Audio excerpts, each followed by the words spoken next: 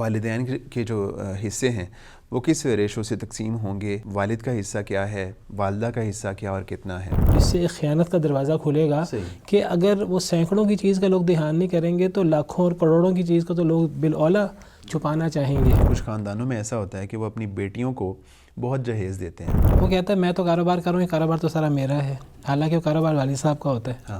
وہ کام کرتا تھا، زندگی میں فائدہ بھی اٹھاتا تھا۔ تقسیم وراثت کی بات آتی ہے نا، تب کہتے ہیں کہ ہم نے جہیز اتنا زیادہ دے دیا تھا تو اب ضرورت نہیں ہے ان کو وراثت دینے کی۔ وہ جو ہمارے ہاں کہا جاتا ہے جی مرد زیادہ ملتا ہے، عورت کو حصہ کم ملتا ہے، برابر ہے، تو یہاں نص ہے کہ باقاعدہ برابر ہے، تو دونوں صورتیں ہیں۔ بسا اوقات ایسا ہوتا ہے کہ ایک جو لڑکا ہے جس کو وراثت ملنی ہے، مثال کے طور پہ بھائیوں میں سے وہ نشئی ہے، وہ نشہ کرتا ہے، اگر اس کو پیسے دیے جائیں گے تو کبھی امکان ہے کہ وہ ضائع کرے گا یا نشے میں لگائے گا، تو پھر ایسی صورت میں کیا لازمی اس کو حصہ دیا جائے گا؟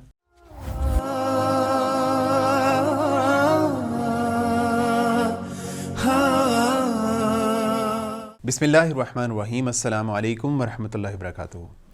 ناظرین کرام، وراثت کا پروگرام جاری و ساری ہے اور اس میں ہم بہت سارے اہم موضوعات کو ڈسکس کر چکے ہیں، اور اس میں اس سے پہلے ہم یہ بتا چکے ہیں، بات کر چکے ہیں، انس صاحب سے یہ سن چکے ہیں کہ جو وراثاء ہیں وہ کون کون سے مرد اور خواتین وراثاء ہیں، اس پہ بات ہو چکی ہے۔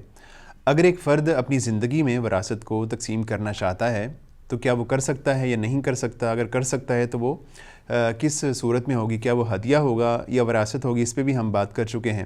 اس کے علاوہ اگر ایک فرد جو ہے وہ وصیت کرنا چاہتا ہے تو اپنے مال میں سے کتنی وصیت کر سکتا ہے، اس پہ بھی ہم بات کر چکے ہیں۔ اس کے علاوہ اور بہت سے اہم موضوعات اس پہ جو ہے وہ ہماری بات ہو چکی ہے۔ لاسٹ ایپیسوڈ میں ہم نے یہ بات کی تھی، انس صاحب سے سنا تھا کہ جو اگر ایک جو فرد ہے ان میں جو وراثت کس ریشو سے تقسیم ہوگی، اور اس میں ہم یہ بات کر چکے ہیں کہ جو اولاد ہے ان کے حصے کتنے ہوں گے۔ اولاد میں بیٹے، بیٹیاں، پوتے، پوتیاں، نواسے، نواسیاں، ان کے حصوں پہ ہم ڈیٹیل سے جو ہے وہ ڈسکس کر چکے ہیں۔ آج جو ہم نے بات کرنی ہے وہ یہ کرنی ہے کہ جو والدین ہیں، پیرنٹس ہیں، ان کے جو ہے وہ حصے کتنے ہوتے ہیں، کس ریشو سے ان کو جو ہے وہ وراثت ملنی ہے۔ اس کے حوالے سے آج ہمیشہ کی طرح ہمارے ساتھ موجود ہیں ڈاکٹر حافظ انس نظر مدنی صاحب۔ ڈاکٹر صاحب بہت شکریہ آپ کی آمد کا، اللہ تعالیٰ آپ کو جزائے خیر دے، آپ اپنے وقت میں سے جو ہے وہ قیمتی وقت ہمیں دیتے ہیں، اللہ تعالیٰ اس کو قبول کرے۔ ڈاکٹر صاحب پہلا سوال میرا وہی ہے جو کہ میں نے انٹرو میں بات کی ہے کہ والدین کے جو حصے ہیں وہ کس ریشو سے تقسیم ہوں گے، والد کا حصہ کیا ہے، والدہ کا حصہ کیا اور کتنا ہے؟ جیسے کہ پیچھے ہم ڈسکس کر چکے ہیں کہ کچھ فرضی حصے ہوتے ہیں اور کچھ عصبی حصے ہوتے ہیں، تو جو فرضی حصے لیتے ہیں ان کو اصحاب الفرائض کہتے ہیں جی۔ جو عصبی حصے لیتے ہیں، فرضی حصے ہیں جو طے شدہ ہیں، کسی کے لیے ہاف ہے، کسی کا 1/3 ہے، کسی کا 1/4 ہے، کسی کا 1/6 ہے، وغیرہ وغیرہ، اور جن کا حصہ طے نہیں ہے تو اس کو عصبی حصہ کہتے ہیں۔ ان عصبی حصہ لینے والوں کو عصبہ کہا جاتا ہے۔ فرضی حصہ لینے والے زیادہ تر خواتین ہیں، بعض مرد بھی ہیں، اور عصبی حصہ لینے والے زیادہ تر مرد حضرات ہیں، بعض خواتین بھی ہیں۔ صحیح۔ تو اگر اصحاب الفرائض بھی موجود ہوں، عصبہ بھی موجود ہوں، پہلے فرضی حصے دیتے ہیں، پھر ہم عصبہ کی طرف آتے ہیں۔ تو سب سے اہم چیز یہ ہے کہ اصحاب الفرائض کون ہے اور عصبہ کون ہے، اور جو اصحاب الفرائض ہیں ان کا اس کنڈیشن میں، اس صورت میں اس کا کیا حصہ ہے، اس صورت میں اس کا کیا حصہ ہے، جو قرآن کریم میں یا احادیث مبارکہ میں بیان یعنی ہوا۔ وہ جو عصبی اور فرضی رشتہ دار ہیں یا حصے ہیں، وہ آپ بتا چکے ہیں کہ ٹوٹل جو ہے وہ 26 جو رشتے ہیں یا 24 یا 25 حصے ہیں، ان میں سے جو ہے وہ فرضی حصے لینے والے کتنے لوگ ہیں؟ 24 یا 25 افراد ہیں۔ جی۔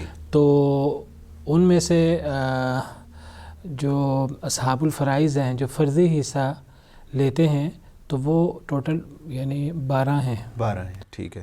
جو فرضی حصہ لینے والے 12 ہیں، 12 افراد ہیں۔ تو ان میں سے ہم نے اس کی ڈیٹیل شروع کی تھی، تو پچھلے ایپیسوڈز میں ہم نے ذکر کیا سب سے پہلے اولاد کا، کیونکہ اصحاب الفرائض ہوں یا عصبہ ہوں، سب سے پہلے اولاد کی باری آتی ہے۔ صحیح۔ نسب میں اولاد ہے، اولاد کے بعد پھر ماں باپ کی باری آتی ہے۔ تو اولاد کا ہم ڈسکس کر چکے ہیں تفصیل سے۔ اب ہم ماں باپ کی طرف آتے ہیں۔ صحیح۔ تو ماں باپ میں کیا صورتیں ہیں جس میں ماں باپ فرضی حصہ لیتے ہیں, کیا صورت ہے جس میں ان میں سے کوئی اسباب بنتا ہے. صحیح ہے. تو قرآن کریم میں سورہ نساء کی آیت نمبر 11 اور 12 اس حوالے سے ان میں ڈیٹیل ہے کافی. تو وہاں اللہ تعالیٰ فرماتے ہیں ولی ابویہ لکل واحد منہما السدس مما ترک ان کان لہ ولد. یعنی اگر مرنے والا مرد ہے یا عورت, میت جو بھی ہے, میت بولا جائے تو اس میں مرد بھی آ جاتا ہے, خاتون بھی آ جاتی ہے. میں نے اس لیے وضاحت کر دی کہ اکثر لوگ سمجھتے ہیں کہ مرد فوت ہو تو تب تو یہ تقسیم ہے. تو کئی لوگ سوال کرتے ہیں اگر خاتون فوت ہو, والد صاحب فوت ہوں, پھر تو ہمیں کلیئر ہے کہ جی وراثت کیا ہوگی. اگر والدہ فوت ہو جائیں تو فوت ہونے والا مرد ہو یا عورت, ورثہ کون ہے؟ تو ورثہ جو بھی ہوں وہ مرد کے ورثہ ہوں یا عورت کے ورثہ ہوں. نہیں, یہ اسی صورت میں ہوگا نا کہ اگر اس کی کچھ جائیداد وراثت ہے اس کی. جی وہ تو بنیادی شرائط میں شامل ہے نا. جی ٹھیک ہے کہ ورثہ موجود ہوں, زندہ ہوں, ترکہ موجود ہو. اگر یہ چیزیں موجود نہ ہوں تو پھر کیا تقسیم کیا جائے گا, کس کو دیا جائے گا, وہ تو ہم تمہید میں نہیں. اگر مثال کے طور پہ کوئی ایسی چیز ہے, کوئی مکان ہے, کوئی چیز ایسی ہے جو والد کے نام ہے اور اب جو ہے وہ والدہ فوت ہوئی ہے, پھر تو نہیں اس میں تقسیم ہوگی نا اگر وہ والد کے نام ہے. یعنی جو فوت ہوگا اس کا ترکہ دیکھا جائے گا. صحیح. اس کی ملکیت میں, اس کی ملکیت میں جو چیز ہے, کوئی گولڈ ہے, کوئی سونا ہے, کوئی جائیداد ہے جو اس کے نام تھی. عام طور پہ مردوں کی ہوتی ہے, اس لیے مردوں کی وراثت میں یہ چیزیں ہوتی ہیں. عورتوں میں بعض دفعہ نہیں ہوتی ہیں, تھوڑی ہوتی ہیں, لیکن ہوتی ہیں عورتوں میں بھی. دیکھیں والدہ محترمہ ہیں بالفرض, تو انہیں کئی دفعہ والد صاحب نے حق مہر دیا ہوتا ہے, وہ پڑا ہوتا ہے, یا کوئی گولڈ ان کے پاس پڑا ہوتا ہے والدین کی طرف سے دیا ہوا یا شوہر کی طرف سے دیا ہوا, یا ان کو ان کے والدین کی طرف سے کوئی پراپرٹی کوئی ان کی وراثت میں آئی ہوتی ہے. تو 10 صورتیں ہو سکتی ہیں. یعنی وہ بھی باقاعدہ تقسیم ہوگا جس طرح کہ والد کی جو جائیداد ہے تقسیم ہوتی ہے. کوئی فرق نہیں ہے, مرد کی وراثت ہو, عورت کی وراثت ہو, مرد ہو, عورت ہو. قرآن کریم وضاحت سے کہتا ہے کہ مما قل منہ او کثر, ترکہ تھوڑا ہو یا زیادہ ہو اس سے فرق نہیں پڑتا. اصول ہے, صحیح ہے, پرسنٹیج ہے. ہاف دینا ہے, کسی کو 1/4 دینا ہے, وہ ہم نے 1000 میں سے دینا ہے کہ وہ ہم نے کروڑ میں سے دینا ہے.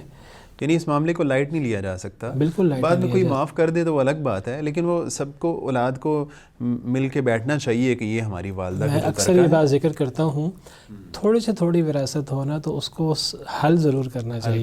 نہیں حل کریں گے. میں اکثر مثال دیتا ہوں, وہ جو نبی صلی اللہ علیہ وسلم کی حدیث ہے کہ وہ جنگ کا معاملہ چل رہا تھا تو نبی صلی اللہ علیہ وسلم کی خدمت کیا کرتا تھا کوئی شخص. تو کوئی تیر آیا, لڑائی ہو چکی تھی, کوئی تیر آیا دشمن کا تو وہ لگ گیا اس کو اور وہ فوت ہو گیا. تو صحابہ کرام نے کہا کہ یہ نبی صلی اللہ علیہ وسلم کی خدمت کر رہا ہے, آپ کی خدمت کر رہا تھا اور یہ جہاد ہوا ہے, تو جہاد کے بعد یہ جہاد والے حالات ہی ہیں, تو یہ شہید ہو گیا ہے, اس کو جنت مبارک ہو. تو نبی صلی اللہ علیہ وسلم نے منع فرما دی کہ آپ صحابہ کرام کی تربیت کرتے تھے, آپ نے فرما دی کہ اس طرح کر کے جو ہے وہ ہم جنت کی بشارت نہیں دے سکتے, اس طرح کر کے ہم امید نہیں لگا سکتے. آپ نے فرمایا کہ وہ جو چادر اس نے لی تھی تو وہ چادر جو ہے وہ اس کے ارد گرد لپٹی ہوئی ہے. اب دیکھیے کہ یعنی وہ چادر چوری شدہ تھی. ہاں, وہ چادر لے لی, وہ زیادہ اہمیت نہیں دی. تو اب وہ جو جہاد میں جو لوگ شریک ہوتے ہیں ہر شخص کا حصہ ہوتا ہے. اگر منافق بھی ہو ظاہراً تو وہ مسلمان ہی ہوتا ہے, تو ان کا حصہ ہوتا ہے باقاعدہ, جو حصہ ہوتا ہے. تو وہ جو جہاد میں جنہوں نے شرکت کی ہو ان کو اس کا حصہ ملتا ہے. اب وہ حصہ تو چادر سے زیادہ ہی ہونا تھا ہر صورت میں, لیکن تقسیم سے پہلے چھوٹی چیز کسی نے لے لی, پرواہ نہیں کی, مجھے مل ہی جانی ہے بعد میں, لیکن اس نے اس کو لائٹ لیا. تو نبی کریم صلی اللہ علیہ وسلم نے فرمایا کہ ایسے جنت کی بات نہ کرو, وہ چادر تو آگ بن کے لپٹی ہوئی ہے. حالانکہ اس کو دشمن کا تیر لگا. دشمن کا تیر لگا. تو بالکل یہی معاملہ اگر آپ علم وراثت میں لیں, اگر جائیداد ہے مثلا لاکھوں کی ہے یا کروڑوں کی ہے, تو والد صاحب کے کوئی کپڑے ہیں, کوئی جوتے ہیں, کوئی استعمال کی چیزیں ہیں, کوئی گاڑی ہے, کوئی بائک ہے, کوئی اس طرح کی چیزیں ہوتی ہیں. بعض دفعہ والدہ کا کوئی جیولری ہوتی ہے, وہ کسی بچی کے پاس ہوتی ہے, کسی نواسی کے پاس, بہو کے پاس ہوتی ہے. جس کے پاس جو چیز ہوتی ہے وہ جب بزرگ فوت ہو جاتے ہیں تو وہ بعض دفعہ کوئی لوگ زیادہ بادر نہیں کرتے, کسی کے بینک اکاؤنٹ میں کوئی چیز پڑی ہے، بعض مشترکہ اکاؤنٹ ہوتا ہے، کسی کے بینک اکاؤنٹ میں کوئی چیز پڑی ہوتی ہے، لوگ بودر نہیں کرتے، چھوٹی سی چیز ہے، بالکل یہ صورتحال ہو سکتی ہے. وہ عموماً ایسا بھی ہوتا ہے کہ وہ جس کی ایکسیس ہو جائے اکاؤنٹ تک وہ مطلب خود رکھ لیتا ہے، وہ خود رکھ لیتا ہے، وہ کہتا ہے شاید دوسروں کو بتانے کی ضرورت ہی نہیں ہے، میں صدقہ کر دوں گا، یہ کر دوں گا. کئی دفعہ لوگ اپنے آپ کو اس طرح مطمئن کرتے ہیں. یہ بالکل یہ معاملہ حدیث اس کو فٹ آ سکتی ہے. یعنی اگر ایک چیز تقسیم وراثت میں ہم نے کرنی ہے تو وہ کوئی چادر ہے، کوئی چپل ہے، کوئی کپڑے ہیں، ہر چیز کو ڈسکس میں لانا ہے. ہاں تمام ورثاء اسٹیک ہولڈر ہیں، جتنے ورثاء ہیں وہ سب طے کریں کہ کپڑے فلاں کو دے دیتے ہیں، جوتے فلاں کو دے دیتے ہیں، وہ بستر تھا وہ فلاں کو دے دیتے ہیں. وہ باہمی اتفاق سے جو کریں وہ تقسیم میں آنا چاہیے. تقسیم میں آئے بغیر کسی نے میرے پاس یہ چیز ہے وہ لے لی، کسی نے یہ چیز ہے وہ لے لی، تو یہ اتنا بڑا اس سے ایک خیانت کا دروازہ کھلے گا کہ اگر وہ سینکڑوں کی چیز کا لوگ دھیان نہیں کریں گے تو لاکھوں اور کروڑوں کی چیز کو تو لوگ بالاولیٰ چھپانا چاہیں گے. تو یہ اس طرح کر کے اسلام نے دروازہ بند کیا ہے، چھوٹی سے چھوٹی چیز کا، بڑی سے بڑی چیز کا. وراثت تھوڑی ہو تو تقسیم کرنی ہے، زیادہ ہو تو تقسیم کرنی ہے. تھوڑی وراثت کو تقسیم نہ کرنے کا اتنا ہی گناہ ہے جو سینکڑوں کی ہو یا ہزاروں کی ہو، جتنا لاکھوں کروڑوں کی وراثت کو تقسیم نہ کرنے کا گناہ ہے. یعنی صرف ایسا نہیں کیا جائے کہ جو بڑی چیز ہے اس کو تو چلے بانٹ لیا جائے اور جو چھوٹی چھوٹی چیزیں ان کو نظر انداز کر دیا جائے. وہ سب چیزوں کو جمع کیا جائے، سب کو کاؤنٹ کیا جائے اور پھر وراثت یا اس کو ذکر میں لایا جائے. سب ورثاء کے ٹھیک ہے جی، یہ فلاں ہم مسجد میں دے دیتے ہیں، فلاں ہم دارالایتام میں دے دیتے ہیں، سب کی رضامندی سے.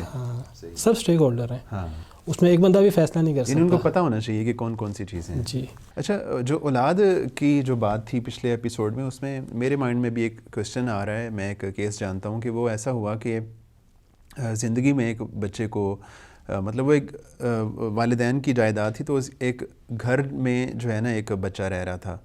تو بعد میں جب والد صاحب فوت ہوئے تو جب ان کی زمینیں ہیں تو زمینیں تقسیم کی گئیں تو یہ سمجھا گیا کہ جو گھر تھا وہ مطلب جتنی ان کے حصے میں زمین آنی تھی اتنے کا ہی وہ گھر، اتنی مالیت کا گھر ہے، تو ان کو زمین کی جگہ پہ وہ گھر دے دیا گیا اور اس پہ وہ رضامند بھی ہیں، ان کو کوئی اعتراض بھی نہیں ہے.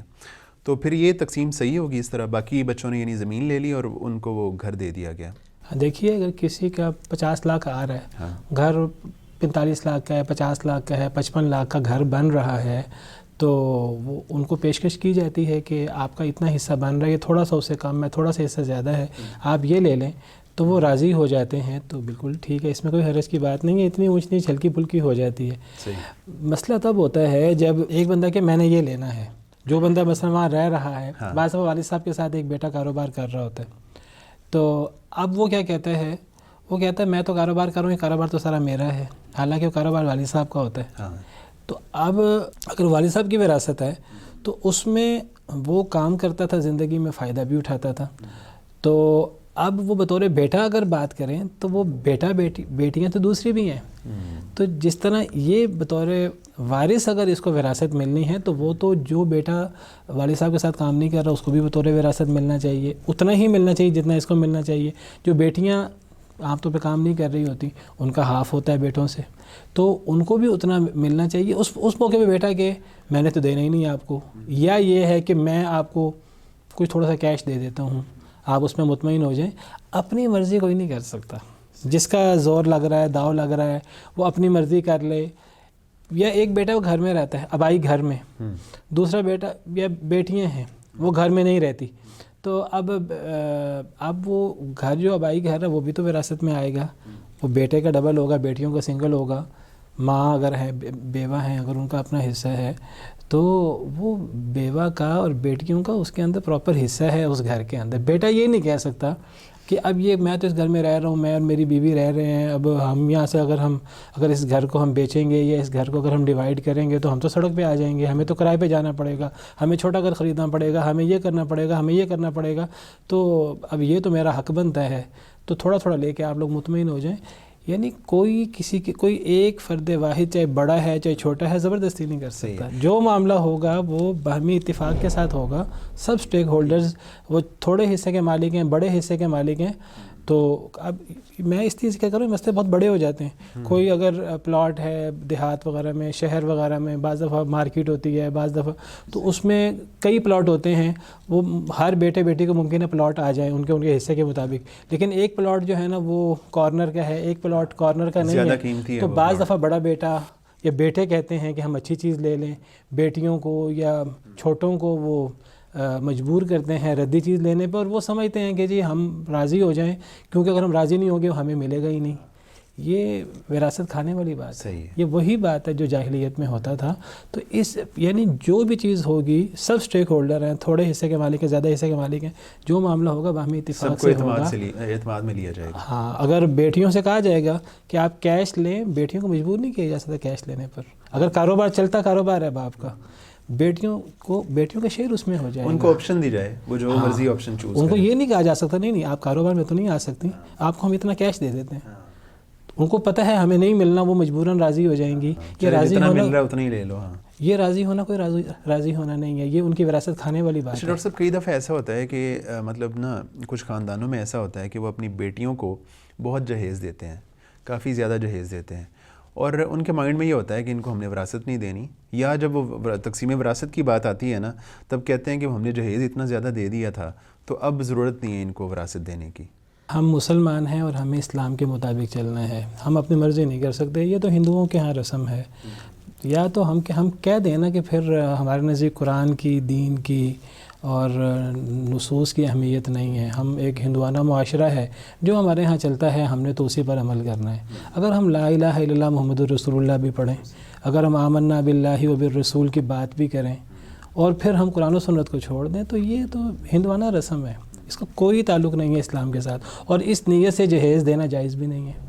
اس نیت سے بیٹیوں کو دے دینا کہ جی بس اب ان کو ہم نے دے دیا ہے، اب یہ ہم سے آئندہ تقاضا نہ کریں، والد صاحب کے فوت ہونے کے بعد ہم سے تقاضا نہ کریں. اسلام کا تو یہ طریقہ کار ہی نہیں ہے. بیٹیوں کو شادی پہ اتنا ہی دینا ہے جتنا بیٹوں کی شادی پر بیٹوں کو یا بہو کو دیا جاتا ہے، وہ بیٹے کو در حقیقت دیا جاتا ہے. تو جتنا بیٹے کی شادی پر خرچ ہو اتنا بیٹی کی شادی پر خرچ ہونا چاہیے، زیادہ خرچ نہیں کرنا چاہیے، تاکہ یہ ذہن میں آئے نا.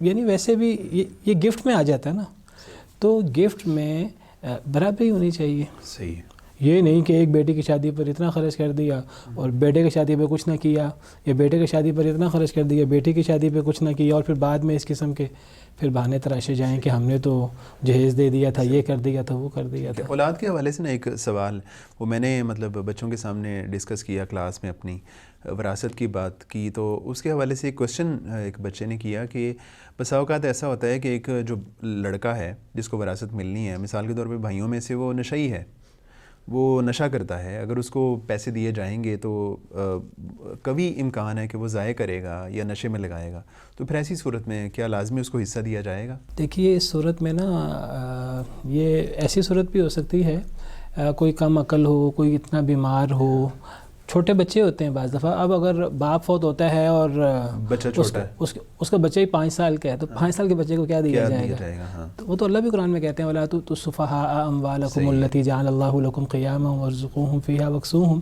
وَقُولُوا لَهُمْ قَوْلًا مَعْرُوفًا. تو کوئی نہ کوئی اس کا گارڈین ہوگا، یعنی مال اس کے نام لگایا جائے گا، لیکن وہ مال تقسیم کرنے کا وہ خود مختار نہیں ہوگا جیسے بچے ہوتے ہیں. تو اسی طرح سفیہ بے وقوف شخص بھی کوئی ہو سکتا ہے، تو اس کا کوئی ذمہ دار ہوگا جو لیکن اس کا مطلب یہ نہیں ہے کہ وہ مال اب اس بچے کو دینے کی بجائے وہ اس کو دے دیا جائے اور یہ پھر اس کے نام لگا دیا جائے اور یہ پھر بچے کو دے ہی نہ، بڑے ہونے کے بعد بھی نہ دے. یعنی وہ ایسا فرد ہونا چاہیے جو ذمہ دار ہو، ایماندار ہو، ایسا کوئی فرد ہونا چاہیے. یہ ضروری ہے کوئی چچا ہو یا تایا ہو؟ یہ ضروری ہے وہ یعنی اس انداز سے اس کو دیا جائے بچے کو، یا اس شخص کو ہی دیا جائے جس طرح اس شخص کے دیگر معاملات کوئی ذمہ دار دیکھ رہا ہوگا. تو یہ مالی معاملات بھی اس کے کوئی دیکھ لے، اس کو حجر کہتے ہیں. تو وہ یعنی خود اختیار نہ ہو اسے کہ وہ ایک بڑی ٹرانزیکشنز کرے کیونکہ وہ نقصان کرے گا. تو وہ اس کی طرف سے جو بھی ایک بڑا ہے، اس کا خیر خواہ ہے، اس کا گارڈین ہے، وہ اس کی طرف سے کرے. یعنی وہ چیک اینڈ بیلنس ہو، یا اس طرح کی ڈاکومنٹیشن ہو کہ وہ بچے کا مال ہڑپ نہ کر سکے. وہ اس طرح کا کوئی طریقہ کار ہونا چاہیے. وہ بچے کا ہی ہو یا اس بیمار یا کمزور شخص کا ہی ہو، لیکن وہ اس کا کوئی گارڈین اس کو ذمہ داری کے ساتھ خرچ کرے. ٹھیک ہے ڈاکٹر صاحب، والدین کے حصوں پہ آتے ہیں. ان کا چھٹا چھٹا حصہ ہوگا اگر اولاد موجود ہو. جی، تو ولی ابویہ لکل واحد منہما السدس مما ترک ان کان لہ ولد. اگر کوئی شخص فوت ہو جاتا ہے، مرد ہے یا عورت ہے، اگر اس کی اولاد ہے تو ولی ابویہ، ماں باپ دونوں کو، باپ کو بھی اور ماں کو بھی، ابویہ تثنیہ ہے تو باپ کو بھی اور ماں کو بھی ہر ایک کو ان میں سے چھٹا چھٹا حصہ ملے گا. 1/6 بشرطے کہ مرنے والے کی اولاد ہے. اگر مرنے والا مرد ہے، اس کی اولاد واحد لفظ ہے ولد، تو اس کا مطلب ہے کہ ایک بھی ہو اولاد تو ماں کا یا باپ کا چھٹا حصہ ہوگا. اگر ایک سے زیادہ ہو تو بالاولیٰ ماں کا یا باپ کا چھٹا حصہ ہوگا. یہاں ولد ہے، ایک کا ذکر ہے تو زیادہ بالاولیٰ مراد ہے.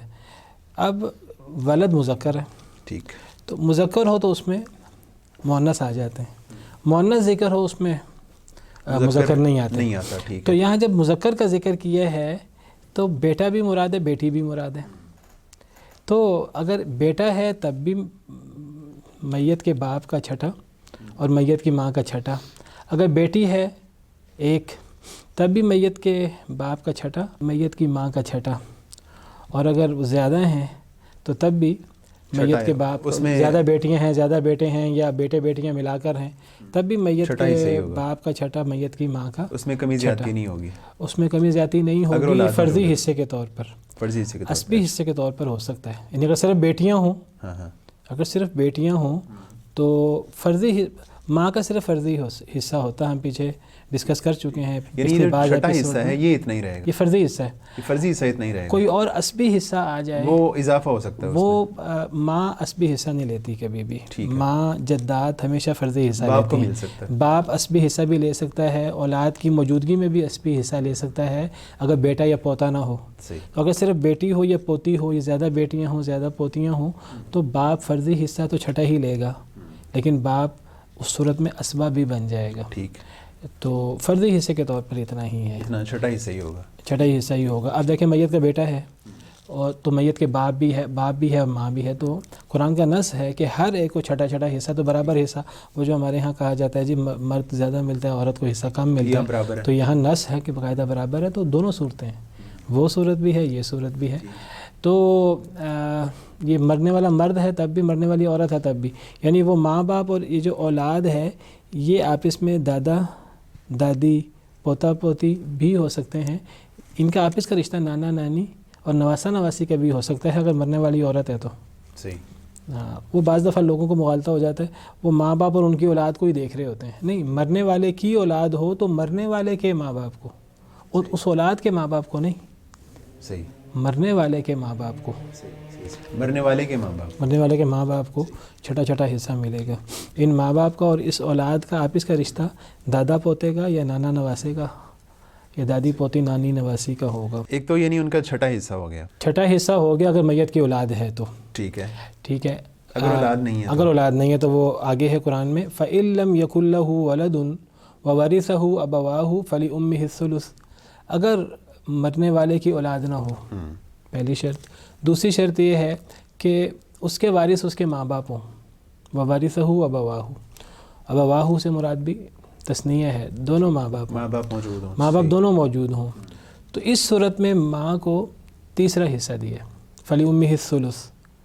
تو ماں کا تیسرا حصہ ہے، یعنی ان ماں کا حصہ وہ بڑھ جائے گا. اگر اب اولاد نہیں ہے نا، میل اولاد نہیں ہے، فیمیل اولاد ہے. نہیں اولاد نہیں، سوری اولاد ہی نہیں ہے. ٹھیک، یہاں تو میل ذکر ہے نا، اولاد ہی نہیں ہے. تو میل میں فیمیل بھی آ جاتی ہے. صحیح. تو نہ مرد اولاد ہے، نہ کوئی بیٹا ہے، نہ کوئی بیٹی. ایک کی بات کر رہے ہیں اللہ تعالیٰ، تو ایک سے زیادہ ہو تو بالاولیٰ. ٹھیک ہے. تو کوئی اولاد نہیں ہے اگر، اب 1/3 ہوگا، تو پھر ماں کا 1/3 ہوگا، 1/3 ہو جائے گا. فرمایا کہ اولاد نہ ہو، اولاد کی عدم موجودگی میں وارث ماں باپ ہوں. دو شرطیں لگائی ہیں، اولاد کی عدم موجودگی، اولاد میں بیٹا بیٹی پوتا پوتی جو وارث اولاد ہے وہ آ جائے گی، نواسہ نواسی کے ہونے سے فرق نہیں پڑتا. تو دوسری شرط لگائی ہے وارث ماں باپ ہوں. حصہ پھر ماں کا بیان کیا، تو اس میں یعنی باپ کا حصہ بیان نہیں کیا. جب باپ کا حصہ بیان نہیں کیا تو پھر باپ کا ذکر کرنے کی کیا ضرورت ہے؟ صحیح، ٹھیک. ٹھیک ہے، حصہ تو صرف ماں کا بیان اور سب کیا. اس سے پہلے یہ بتائیے گا کہ اولاد میں صرف اپنی اولاد مراد ہوگی یا نیچے تک مراد ہوگی؟ نیچے تک جو بھی وارث اولاد ہے. نہیں، مثال کے طور پہ اولاد بیٹا نہیں ہے، بیٹی پوتا پوتی. ہاں، پوتا پوتی شامل ہے اس میں. جی جی، وہ بھی اولاد میں آ جاتا ہے نا. ہم اولاد کے حصے میں ہم نے پڑھ لیا، ٹھیک. ذکر کیا تھا کہ اگر وہ ایک ہے اولاد میں، وہ چاہے بیٹی ہے چاہے پوتی ہے چاہے پڑ پوتی کے نیچے تک، تو وہ آدھا حصہ لے گی. یعنی اگر اولاد نہیں ہے، بیٹا مثال کے طور پہ فوت ہو چکا ہے اور آگے اس کی اولاد ہے، تو وہ بھی اولاد میں شمار ہوگی. تو اب یعنی ان کا چھٹا حصہ ہی ہوگا. ہاں، چھٹا حصہ ہوگا. اب ان کا چھٹا حصہ ہوگا، یہ والا حصہ نہیں ملے گا، 1/3 وہ نہیں ہوگا. پچھلی صورت میں آ جائے گا. پچھلی صورت میں ہوگا، یعنی وہ اولاد کاؤنٹ ہوگی. یعنی وہ پوتے پوتیاں بھی اولاد میں. اولاد سے مراد ہے وارث اولاد، یعنی کافر اولاد نہ ہو.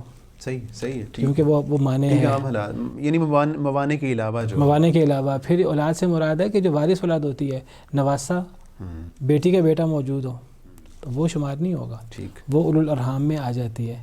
وہ اولاد مراد ہے جو اسبا یا اصحاب الفرائض ہو. ٹھیک. خواہ وہ بلا واسطہ ہو، بیٹا بیٹی ایک یا زیادہ، خواہ وہ واسطے کے ساتھ ہو لیکن وارث ہو، پوتا یا پوتی یا اس سے نیچے بھی وارث ہونے کی صورتیں ہوتی ہیں. کوئی وارث اولاد ہو تو وہ پہلی صورت میں آ جائیں گے، پھر ماں باپ کو چھٹا حصہ ہو جائے گا. ٹھیک ہے. لیکن اگر اولاد نہیں ہے، وارث اولاد، غیر وارث اولاد ہو سکتی ہے، ٹھیک ہے، نواسہ نواسی ہو سکتے ہیں، اس سے فرق نہیں پڑتا، پھر ماں کا تیسرا ہی رہے گا. ٹھیک ہے، تیسرا ہوگا. تو اگر وارث اولاد نہیں ہے تب ماں کا تیسرا ہوا. اب اس میں علماء نے غور کیا کہ ووارثہ ابواہ کی شرط کیوں لگائی گئی؟ اللہ نے حصہ تو صرف ماں کا بیان کیا. ایک تو اس سے علماء یہ ثابت کرتے ہیں کہ ماں کا تیسرا حصہ اس مال کا ہے جس مال کے وارث ماں باپ ہوں گے. یہ بہت بڑا ایک اصول اس سے نکلتا ہے. صحیح، دوبارہ ریپیٹ کیجیے گا. یعنی ماں کا تیسرا حصہ یہ اس مال کا تیسرا حصہ ہے جس کے وارث ماں باپ ہوں، کیونکہ پیچھے اللہ تعالیٰ نے فرما دیا وَوَرِثَهُ وَأَبَوَاهُ، وارث ماں باپ ہوں. اولاد نہیں ہے، وارث ماں باپ ہیں. تو اب ماں کا جو تیسرا حصہ ہے وہ اس مال میں سے ہوگا جس کے وارث ماں باپ ہوں. اگر کوئی اور وارث آ جاتا ہے، سوال ہے کوئی اور وارث کون ہو سکتا ہے؟ اور وارث یعنی میت کی اولاد نہیں ہے، بھائی ہو سکتا ہے، اور میت کے ورثاء میں ماں اور باپ دونوں موجود ہیں. بھائی بھی نہیں ہو سکتے. اس لیے بھائی نہیں ہو سکتے کیونکہ بھائی محروم ہو جائیں گے. باپ کی موجودگی میں بھائی محروم ہوتے ہیں، بہنیں بھی محروم ہوتی ہیں. صحیح ہے. کوئی وارث نہیں آ سکتا، صرف شوہر یا بیوی آ سکتے ہیں. شوہر اور بیوی. ٹھیک. اور اگر وہ بھی نہیں ہے پھر تیسرا ملے گا. یعنی اب 3 صورتیں بنتی ہیں. ٹھیک. اس کی صرف 3 صورتیں بنتی ہیں. ٹھیک ہے. ایک صورت یہ ہے کہ ورثاء میں صرف ماں باپ ہوں اور کوئی بھی نہ ہو، یعنی میت کی اولاد نہیں ہے اور وارث ماں باپ ہیں، صرف ماں باپ وارث ہیں. ماں باپ وارث ہیں. اب اگر دیکھیں اولاد میں ہم نے کہا بیٹا بیٹی پوتا پوتی، اللہ تعالیٰ نے نفی کر دی، اولاد کوئی بھی نہ ہو، فروع نکل گئے. ٹھیک. اصول میں ماں باپ ہیں. اگر ماں باپ کے علاوہ دادا دادی نانا نانی بھی آگے، ماں باپ کی موجودگی میں جو اوپر کے دور کے ماں باپ ہیں وہ تو محروم ہو جائیں گے. ماں باپ سب سے قریبی ہیں تو قریبی کی موجودگی میں دور والا وارث نہیں ہوتا. ٹھیک ہے. تو اصول میں صرف ماں باپ قریبی ترین موجود ہیں، اولاد میں کوئی بھی موجود نہیں ہے. اصول میں قریبی ماں باپ موجود ہیں، دور کے ماں باپ اگر ہوئے بھی، دادا دادی نانا نانی محروم ہو جائیں گے، ان کے ہونے کا فائدہ ہی نہیں ہے. تیسری صورت بنتی ہے حواشی کی کہ بہن بھائی موجود ہوں. ہم آگے ڈسکس کریں گے انشاءاللہ کہ باپ کی موجودگی میں بہن بھائی وارث نہیں ہوتے، کوئی حواشی وارث نہیں ہوتا، باپ ہو یا دادا ہو. ان کی موجودگی میں اولاد نہیں ہے اور قریبی ترین ماں باپ موجود ہیں. دور کے اگر دادا دادی بھی ہوں گے، نانا نانی بھی، وہ وارث نہیں ہوں گے ماں باپ کی وجہ سے. اگر حواشی آگے بہن بھائی بھتیجے چچا وغیرہ تو وہ سب بھی وارث نہیں ہوں گے. اگر باپ موجود ہو، باپ ہو یا دادا موجود ہو تو حواشی وارث، کوئی بھی وارث نہیں ہوتا. ٹھیک ہو گیا. نہ بھائی نہ بہن نہ کوئی اور. اب نکاح میں سے شوہر یا بیوی ہیں وہ ہو سکتے ہیں، اور ولا میں سے موتق یا موتقہ ہو سکتے ہیں. موتق اور موتقہ بھی وارث نہیں ہوتے باپ کی موجودگی میں کیونکہ وہ اسبا ہوتے ہیں. باپ قریبی اسبا ہے اس صورت میں. اب صرف 3 صورتیں بنتی ہیں. ایک صورت بنتی ہے کہ صرف ماں باپ ہوں کسی شخص کے ورثاء میں وارث. ایک صورت ہے کہ ماں باپ ہوں اور اس شخص کی بیوی موجود ہو. ٹھیک ہے. اور تیسری یعنی شوہر ہے تو اس کی بیوی موجود ہو. اور تیسری صورت ہے کہ فوت ہونے والی عورت ہے تو اس کے وارث ماں باپ ہیں اور اس کا ساتھ شوہر موجود ہے. یہ تیسری صورت ہو گئی. یہ 3 صورتیں ٹوٹل بنتی ہیں. ٹھیک ہو گئی. تو ماں کا تہائی حصہ ہے اس مال کا جس مال کے وارث ماں باپ ہیں. اب 3 صورتوں میں سے ایک صورت ہے جس میں وارث ماں باپ ہی ہیں، اب کل جائیداد 6 لاکھ ہے بالفرض. یعنی وہ شوہر یا بیوی موجود نہیں ہے, کوئی بھی موجود نہیں ہے. یعنی وہ آدمی ابھی شادی نہیں ہوئی تھی یا شادی ہو گئی تھی, بیوی فوت ہو چکی ہے, تو اس کے وارث صرف ماں باپ ہیں. تو 6 لاکھ جائیداد ہے اگر, تو اب تو کل جائیداد ہی جس کے وارث ماں باپ ہیں, تو ماں کو کل مال کا ہم تہائی حصہ دے دیں گے. 1/3 ووارث وواہ سے 2 علماء نے استدلال کی ہیں. ایک استدلال یہ کی ہے کہ ماں کو تہائی ملے گا جس کے وارث ماں باپ ہیں, اور دوسرا استدلال یہ کیا ہے کہ باپ کا حصہ بیان نہیں ہوا. باپ کا حصہ کیا ہے؟ وہ کہتے ہیں باپ کا حصہ بیان نہیں ہوا تو باپ کا اسبی حصہ ہے. باپ کو جب ذکر کیا وارث کے طور پر, حصہ بیان نہیں کیا, تو اسبی حصہ ہوا. باقی سارا باپ کو ملے گا. یعنی باپ فرضی حصہ لیتا ہے اولاد کی موجودگی میں, چاہے بیٹا ہو چاہے بیٹی. ان کی موجودگی میں اسبی حصہ لیتا ہے, اور بیٹی کی موجودگی میں فرضی کے ساتھ ساتھ بھی اسبی لے لیتا ہے, جیسے میں نے پہلے اشارہ کیا. یعنی ایسی کوئی میت جس کی اولاد نہیں ہے, کوئی اور وارث نہیں ہے, صرف ماں باپ وارث ہیں, تو 6 لاکھ میں سے 2 لاکھ جو ہے وہ 1/3 ماں کو ملے گا. کیونکہ یہ اب 6 لاکھ کے وارث ماں باپ ہیں, تو اب کل مال کا 6 لاکھ کا 1/3 ماں کو ملے گا. 2 لاکھ ماں کو ملے گا اور باقی 4 لاکھ باپ کا ہوا. لیکن اشکال تب پیدا ہوتا ہے جب 2 اگلی صورتیں آتی ہیں. اگر ماں باپ کے ساتھ شوہر فوت ہوا تھا, تو اس کی بیوی بھی موجود ہے اور ماں باپ بھی موجود ہے, اولاد نہیں ہے. تو اس صورت میں اب ماں کو کل مال کا تہائی دیا جائے یا بیوی کو دینے کے بعد باقی بچنے والے مال کا تہائی دیا جائے. یہ جو 2 مسئلے ہیں نا, صرف ماں باپ ہوں یہ تو اس کو نکال دیں. ماں باپ اور بیوی اور ماں باپ اور شوہر اگر ورثاء ہوں, اس کو مسئلہ عمریہ کہتے ہیں. یہ سب سے پہلے حضرت عمر کے دور میں پیش آیا تھا. پہلے تو ان کی رائے یہ بنی کہ ماں کو اس صورت میں کل مال کا تہائی دیا جائے. اگر اب آپ دیکھیں, اگر مثلا فوت ہونے والی بیوی ہے اور ورثاء میں شوہر ہے اور ماں باپ ہیں, اگر ہم ماں کو 1/3 دے دیتے ہیں 6 لاکھ میں سے, کل جائیداد 6 لاکھ ہے, اگر ماں کو کل مال کا 1/3 دے دیتے ہیں تو کتنا ملے گا ماں کا؟ 2 لاکھ. اصحاب الفرائض میں سے اور شوہر ہے, باپ کو ہم بعد میں دیں گے, باپ اسبہ ہے. تو شوہر کا یہاں حصہ کیا بن رہا ہے ہم آگے جا کے ڈسکس کریں گے. میت کی اولاد نہ ہو تو شوہر کا ہاف ہوتا ہے. تو شوہر کو کتنا ملے گا 6 لاکھ میں سے؟ اگر 6 لاکھ جائیداد ہے تو 3 لاکھ. تو 3 لاکھ شوہر کا ہو گیا, 2 لاکھ ماں کا ہو گیا, باقی کتنا بچا؟ 1 لاکھ. تو باپ کا 1 لاکھ بچا. تو باپ کا اس صورت میں 1 لاکھ نہیں ہوگا. اچھا. کیونکہ باپ اس صورت میں ماں سے ہاف میں چلا گیا ہے, تو باپ کا یہاں 1 لاکھ نہیں ہوگا. سیدنا عمر رضی اللہ تعالیٰ عنہ کے دور میں مسئلہ پیش آیا پہلی مرتبہ, ماں باپ بیوی اور ماں باپ شوہر. تو حضرت عمر نے فرمایا کہ قرآن نے ماں کو تیسرا حصہ تب دیا ہے جب وارث ماں باپ ہوں. ماں باپ کے وارث ہونے کی شرط لگائی ہے, تو ماں کو جس مال کے وارث ماں باپ ہیں اس کا تہائی دیا جائے گا. انہوں نے کہا کہ پہلے شوہر کو دے دیں, جو باقی مال بچے گا اب اس کے وارث. یعنی اس صورت میں جب جو ہے وہ میت بیوی ہے, انہوں نے کہا شوہر کو دے دو پہلے. 6 لاکھ میں سے شوہر کا کتنا ہوا؟ ہاف. انہوں نے کہا شوہر کو ہاف دے دیں 3 لاکھ, باقی کتنا بچا؟ 3 لاکھ. انہوں نے کہا اب 3 لاکھ کے وارث ماں باپ ہیں, ماں کو اس کا تہائی دیا جائے, نہ کہ کل 6 لاکھ کا تہائی دیا جائے. کافی فرق پڑ رہا ہے اس سے. ٹھیک. تو یعنی صورت میں اس کو 1 لاکھ ملا, پھر ماں کو 1 لاکھ ملا. اب اس صورت میں باقی باپ کو دیا جائے گا جو 2 لاکھ ہوگا. تو جو اس کا فرضی حصہ ہے وہ کس کا؟ باپ کا. باپ کا فرضی حصہ ہوتا نہیں ہے, اولاد ہو تو فرضی حصہ ہوتا ہے, ورنہ فرضی حصہ نہیں ہوتا. اچھا, فرضی حصہ اولاد کی عدم موجودگی میں نہیں ہوتا ہی نہیں ہے. وہ اسبی حصہ لے گا. وہ صرف جب اولاد موجود ہو نا تو باپ کا فرضی حصہ ہوتا ہے, نا باپ کا فرضی حصہ نہیں ہو سکتا, اس کا اسبی حصہ ہوگا. تو نہیں, تو وہ جو اولاد کی عدم موجودگی میں جو ہاف کی آپ نے بات کی ہے وہ اولاد کی عدم, وہ شوہر کی بات کی ہے, باپ کی بات نہیں کی. اچھا, شوہر کی آپ نے بات کی. ٹھیک ہے, شوہر کی وہ یعنی آپ میت کے شوہر کی بات کر رہے تھے. میت کے شوہر کی بات کر رہا ہوں. ہم جو بھی بات کرتے ہیں نا تو میت کے اعتبار سے بات کرتے ہیں. اچھا, میں سمجھا جو آپ شوہر بتا رہے ہیں تو وہ ماں باپ میں سے جو نہیں ان کا شوہر, میت کے شوہر کی بات کر رہا ہوں. یعنی میت اگر عورت ہے, ٹھیک ہے, اس کا شوہر موجود ہے اور اس کے ماں باپ موجود ہیں, اس شوہر کے ساس سسر. ٹھیک. یعنی مرنے والی کے ماں باپ اور مرنے والی کا شوہر. تو اس صورت میں اس پر پھر اتفاق ہوا تھا حضرت عمر کے دور میں. اگرچہ بعد میں حضرت ابن عباس نے حضرت عمر کے دور کے بعد اس میں کچھ اختلاف انہوں نے ظاہر کیا, لیکن سب صحابہ کرام نے حضرت عمر کی موافقت کی تھی. یعنی حضرت عمر رضی اللہ عنہ کے فیصلے کے مطابق ہاف ملا شوہر کو 3 لاکھ, مثال کے طور پہ 3 لاکھ, اگر 6 لاکھ ہو تو 3 لاکھ, اور جو ہے وہ 1/3 یعنی اب جو باقی مال بچا ماں باپ کے لیے، بچے مال میں سے اس کا 1/3 1/3 ماں کو دیا گیا، ماں کو دیا گیا، جو تیسرا حصہ ہے، تو پھر اس صورت میں باپ کا ماں سے ڈبل ہو جائے گا. ورنہ اگر آپ ماں کو کل مال میں سے 1/3 دے دیں تو باپ کا ماں سے کم ہو جاتا ہے. اور یہی معاملہ اگر مرنے والا مرد ہے تو اس کے ورثہ میں اس کی بیوی ہو اور اس کے ماں باپ ہوں، اس بیوی کے ماں باپ نہیں شوہر کے ماں باپ جو اس بیوی کے ساس سسر لگیں گے. یعنی میت کے اعتبار سے ہم دیکھتے ہیں، اگر مرنے والا مرد ہے اس کی بیوی موجود ہے اور اس کے ماں باپ موجود ہیں بس، تو اس صورت میں بھی بیوی کو پہلے کل جائیداد میں سے 1/4 دے دیا جائے گا. بیوی کا 1/4 ہوتا ہے، 6 لاکھ میں سے بیوی کا 1/4 کتنا ہوا؟ تقریباً 1.5 لاکھ. 1.5 لاکھ. تو 6 لاکھ میں سے 1.5 لاکھ، باقی کتنا بچا؟ 4.5 لاکھ.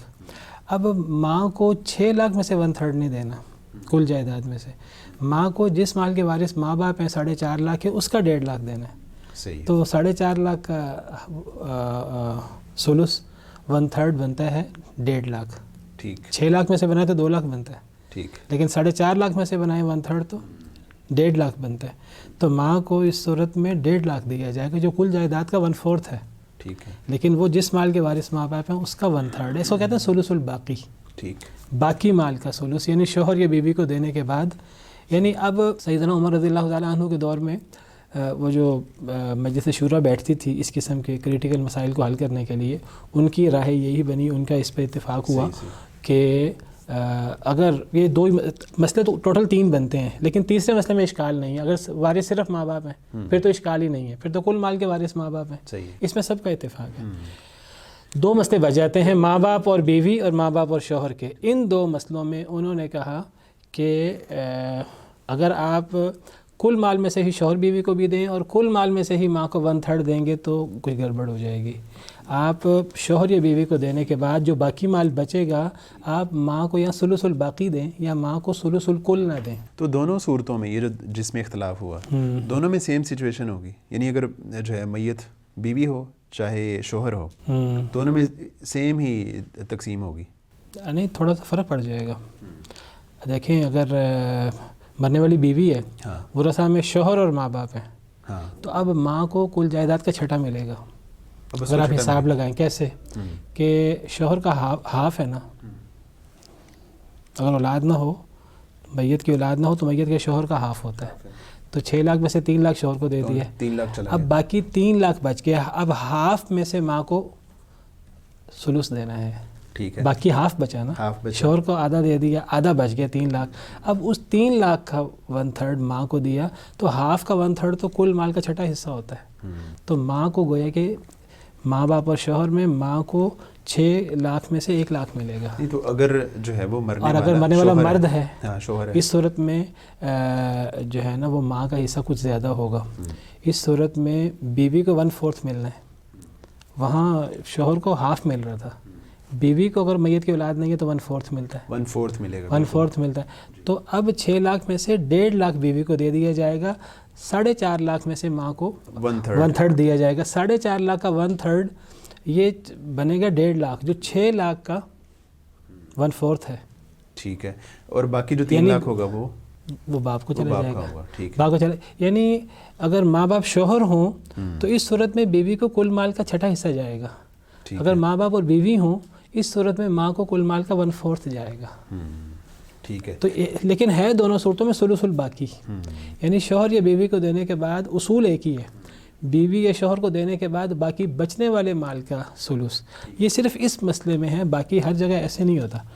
یہ واحد اصحاب الفرائض کی صورت ہے جس میں باقی بچنے والے مال میں سے 1/3 دیا جا رہا ہے، ثلث الباقی دیا جا رہا ہے. ورنہ جہاں بھی ثلث ہوتا ہے یا سدس ہوتا ہے وہ ثلث الکل ہوتا ہے یا سدس الکل ہوتا ہے. صحیح ہے. اچھا ڈاکٹر صاحب، خلاصتاً آپ دوبارہ اس کو ذرا 3 صورتوں کو بتا دیں. یعنی اس میں جو ماں کا تو یعنی یہ معاملہ ہو گیا کہ اس کو یا تو 1/3 ملے گا کل مال میں سے یا بچے ہوئے مال میں سے، لیکن باپ میں یعنی کوئی اختلاف نہیں ہے. باپ میں کوئی اختلاف نہیں ہے. تو اس میں ایک اضافہ بھی ہے تھوڑا سا آخر میں. ٹھیک ہے. ایک جملہ آخر میں قرآن میں اللہ تعالیٰ نے فرمایا فَإِن كَانَ لَهُ إِخْوَةٌ فَلِأُمِّهِ السُّدُسُ. یہ جو اصل میں بنیادی 2 صورتیں بنتی ہیں ماں باپ کی، میت کے ماں باپ کی. ایک صورت بنتی ہے جب میت کی اپنی اولاد ہو میت کی اولاد ہے تو بڑا سیدھا سا معاملہ ہے کہ ماں کا بھی چھٹا باپ کا بھی چھٹا، وہ سیدھا سیدھا مسئلہ ہے. ایک یہ صورت ہے. دوسری صورت یہ ہے کہ میت کی اولاد نہ ہو. اب اس صورت میں ماں کا فرضی حصہ ہے ثلث، لیکن ثلث سے مراد کیا ہے؟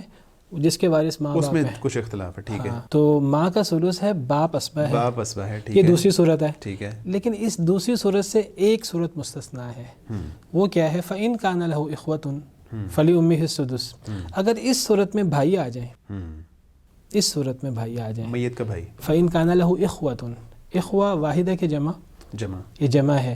میں نے ولد میں بات کی تھی. اگر تو واحد ذکر ہو تو ایک بھی مراد ہوتا ہے. ٹھیک ہے. لیکن اگر ذکر جمع ہے تو جمع میں ایک مراد نہیں لیں گے، پھر جمع ہی مراد لیں گے. ٹھیک ہے. ٹھیک ہے. اگر اب بھائی ہوئے زیادہ، کس کے؟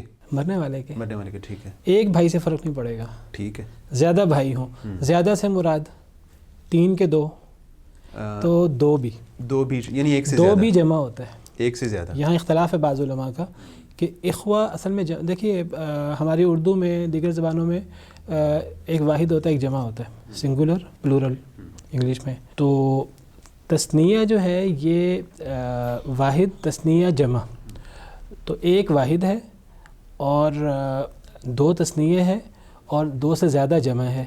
لیکن جو 2 تثنیہ عربی زبان میں یہ جمع کے زیادہ قریب ہے، یہ واحد کے زیادہ قریب نہیں ہے. اگر ہم نے تو جمع میں کم از کم 3 یا 2 بھی آ جاتے ہیں. تو علماء کرام کا کہنا یہ ہے کہ یہاں جب اخوہ کا لفظ بولا گیا ہے تو کم از کم 2 بھائی. اچھا، اب اخوہ کا لفظ ہے مذکر، مذکر میں عورتیں آ جاتی ہیں، عورتوں میں مرد نہیں آتے. ٹھیک ہے. تو اس میں عورتیں بھی آ جائیں گی. اچھا، اس میں شامل ہوں گی. اس میں عورتیں بھی آ جائیں گی. یعنی اب کیا مطلب بنا؟ فَإِن كَانَ لَهُ إِخْوَةٌ، اگر میت کے بھائی ہوں، ایک سے زیادہ ہوں، ایک سے زیادہ ہوں یا ایک سے زیادہ بھائی ہوں، ایک ہو پھر وہ نہیں آئے گا. یا بہنیں ہوں ایک سے زیادہ. ہاں، اب ایک سے زیادہ بھائی ہوں، 2 یا 2 سے زیادہ. ایک سے زیادہ بہنیں ہوں، 2 یا 2 سے زیادہ، وہ بھی آ جائیں گی. ٹھیک ہے. ایک سے زیادہ بہن بھائی مشترکہ ہوں، ایک بھائی ایک بہن ہو. ٹھیک ہے. ٹھیک ہے. وہ 2 ہوں مخلوط یا 2 سے زیادہ ہوں. صحیح. اچھا، یہ سگے ہوں یا باپ شریک ہوں یا ماں شریک ہوں، اس سے بھی فرق نہیں پڑتا، سبھی شامل. اگر صرف ماں شریک بہنیں آ جائیں 2 تب بھی یہ استثناء ہو جائے گا. ٹھیک ہے. یہ سمجھنا بہت ضروری ہے. اخوہ سے مراد کیا ہے؟ تو اخوہ سے مراد ہے ایک سے زیادہ بہن بھائی. ہاں، ایک بھائی یا ایک بہن ہوا تب فرق نہیں پڑے گا. لیکن اگر ایک سے زیادہ بھائی بہن آ گئے تو چاہے ایک بھائی ایک بہن دونوں ہو گئے تو پھر یہ اس میں آ جائے گا. ٹھیک. تو اگر ایک سے زیادہ بہن بھائی ہوں تو ماں کا 1/3 کی بجائے 1/6 ہو جائے گا. 1/6 ہو جائے گا. فَلِأُمِّهِ السُّدُسُ، یہ دوسری صورت سے مستثنیٰ ہے. ٹھیک ہے. اب یعنی گویا کہ والدہ کا 1/6 2 صورتوں میں ہوا. ایک ہوا اگر میت کی اولاد ہے تو وہ چاہے ایک ہی ہے تب بھی، وہاں ایک سے زیادہ کا مسئلہ نہیں، کیونکہ وہاں ولد کی بات ہے، وہاں اولاد کا لفظ نہیں ہے. وہاں ایک بھی اولاد ہوئی، بیٹا یا بیٹی، پوتا یا پوتی، ایک بھی وارث اولاد ہوئی، ماں کا 1/6 ہوگا. اگر اولاد نہ ہو تو ماں کا 1/3 ہونا چاہیے. وہ جو تفصیل میں نے بیان کی اس تفصیل کے بعد. لیکن اگر اولاد نہ ہوئی، بھائی ایک سے زیادہ آگے یا بہن بھائی ایک سے زیادہ آگے، تب بھی ماں کا 1/6 ہو جائے گا. ٹھیک ہے. تو ماں کا 2 صورتوں میں 1/6 ہوا. ایک میت کی اولاد چاہے ایک ہو چاہے ایک سے زیادہ ہو، چاہے مرد ہو چاہے عورت ہو. اور دوسری صورت ہے کہ اگر اولاد نہ ہو تو ایک سے زیادہ بہن بھائی ہوں. تو ان 2 صورتوں میں ماں کا 1/6 ہوتا ہے. تو اگر مطلب شوہر موجود ہو پلس بھائی بھی ہوں، ہاں، پھر ماں کا کتنا ہوگا؟ باپ ہے کہ نہیں، باپ موجود ہو، باپ کی اصل میں بھائیوں کی موجودگی میں ماں کا 1/6 ہو جاتا ہے. ٹھیک ہے. بھائی اگر زیادہ ہوئے ماں کا 1/6 ہو جائے گا. ویسے بھائی وارث نہیں ہوں گے باپ کی وجہ سے، وہ ماں کا حصہ تو چلیں سپوز جس صورت میں بھائی وارث بنتے ہیں، مثال کے طور پہ باپ نہیں ہے، موجود نہیں ہے، پھر شوہر کا 1/6 ہوگا. شوہر موجود ہے، ہاں، ماں کا 1/6. شوہر کو فرق نہیں پڑتا بھائیوں سے، شوہر کو فرق پڑتا میت کی اولاد سے. اگر میت کی اولاد نہیں ہے تو شوہر کا ہاف ہے، اگر میت کی اولاد ہے تو شوہر کا 1/4 ہے. تو اس مثال میں جو آپ مثال بیان کر رہے ہیں کہ میت کا شوہر موجود ہے، میت کے 2 بھائی موجود ہیں اور میت کی ماں موجود ہے، میت کا باپ نہیں ہے نہ اولاد ہے. ٹھیک ہے. تو اس صورت میں شوہر کے جیسے ہم آگے ڈسکس کریں گے، میت کی اولاد نہیں ہے تو شوہر کا ہاف ہونا چاہیے.